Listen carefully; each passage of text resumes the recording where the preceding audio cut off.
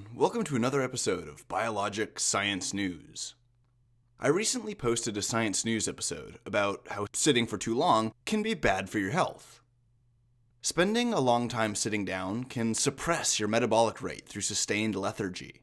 Sitting can impair your circulation by keeping your body bent at the joints, and so your circulatory system is kind of folded up for long periods of time.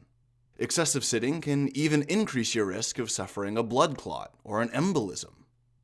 So, naturally, it would seem as if the solution is to spend more time standing, right? If you sit so often at work, maybe get a standing desk, and everything will be cool, right?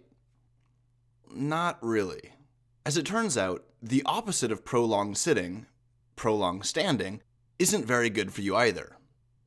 Canadian scientists recently published a paper in the American Journal of Epidemiology, where they spent 12 years looking at the time spent standing and sitting in a work environment, and the association that this time spent has with the development of heart disease. They controlled for confounding variables like diet, body mass index, and lifestyle choices like smoking and exercise. What they found was rather frustrating.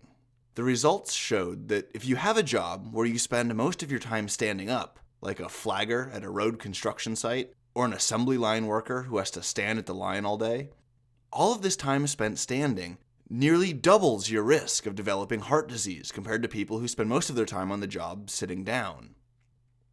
The researchers also compared these results to the data from people who work jobs that are a little more active, jobs that have them sitting, standing, and moving around throughout the day. Men working in such jobs enjoyed a lower risk of developing heart disease, but women in these jobs actually saw an even higher risk. So sitting too long is bad for you. Standing too long is bad for you. A combination of sitting and standing can be bad for you. So what are we supposed to do? What's the best course of action? It would seem that, as with most things in life, moderation is key. Every 30 minutes you spend sitting, get up and move around for 5 minutes.